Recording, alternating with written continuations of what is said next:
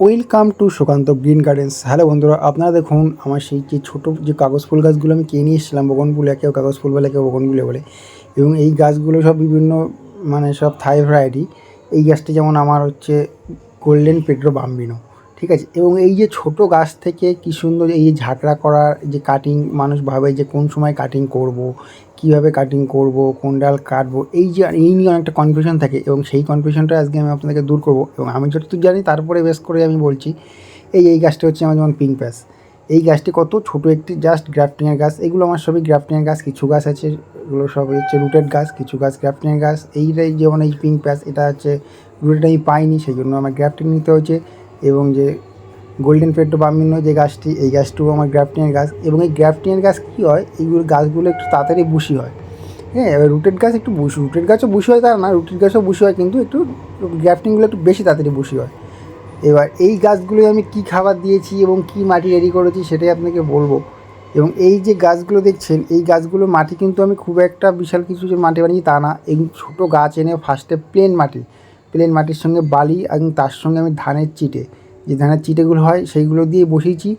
এবং তাতেই গাছটা আমি দেখলাম, আগে আমি নর্মাল মাটি, বালি এবং গোবর সার দিয়ে বসিয়েছিলাম, তার থেকে ধানের চিটে দিয়ে দেখলাম বেশি গাছে গ্রোথ ভালো, বেশি ভালো।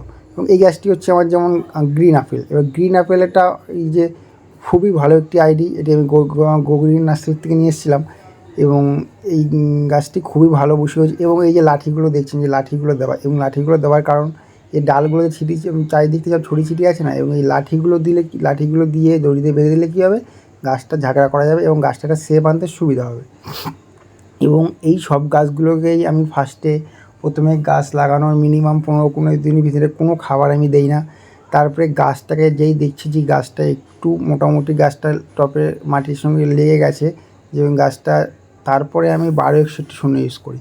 এবং এই 12-61-0 কী আছে, 12 ভাগ নাইট্রোজেন আছে, 61 ভাগ ফসফেট আছে, এবং 0 ভাগ হচ্ছে পটাশ আছে। এবং এই যে ফার্স্টে 2বার থেকে 3বার আমি এই গাছ 12-61-0 ইউজ করার পরে, তারপরে আমি এই গাছে একটু মিক্সড খাবার দেবো বা ব্যালেন্স খাবার, যেমন 19-19-19 আমি ইউজ করি, 19-19-19 ইউজ করেছি।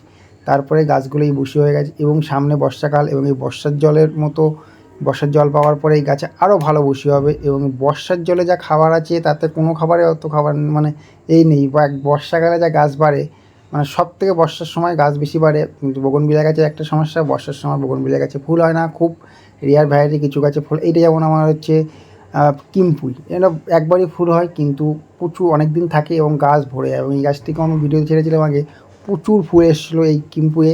এবং গাছটি একটি গ্রাফটিং গাছ, আমার বন্ধু সৌজীব দিয়েছিল গাছটি আমাকে।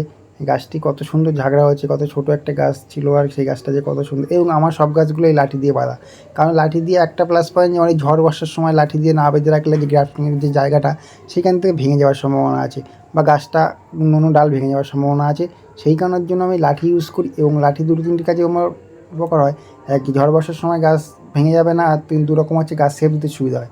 এবং আমার কাছে মোট অনেকগুলো ভ্যারাইটি আছে, তার ভিতর থেকে যেমন তোমার ইমাস প্রাক আছে, গোল্ডেন পেড্রো বাম্বিনো আছে, পিঙ্ক প্যাস আছে, তারপর ওয়াটারমেলন কিস আছে, তারপর ব্রিজা পিস আছে, ফ্লেম আছে, ভিএফ রুবি আছে, স্প্ল্যাশ 2টো আছে।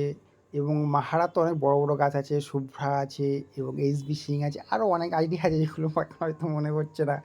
এবং এখনও আমি ছোটো গাছ কিছু কিনেছি, এবং এখনও আমার লিস্টে কিছু গাছ আছে আনতে, সেগুলো এখনও আমি একটু শরীর খারাপের জন্য, আমি অসুস্থতার কারণের জন্য আমি গাছগুলোর প্রতি একটু নজর দিতে পারিনি। এবং ভিডিওটি ভালো লাগলে অবশ্যই লাইক, কমেন্টস এবং চ্যানেলটি সাবস্ক্রাইব করবেন, Sukanta green gardens.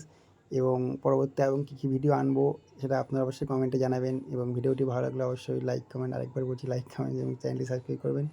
Thank you.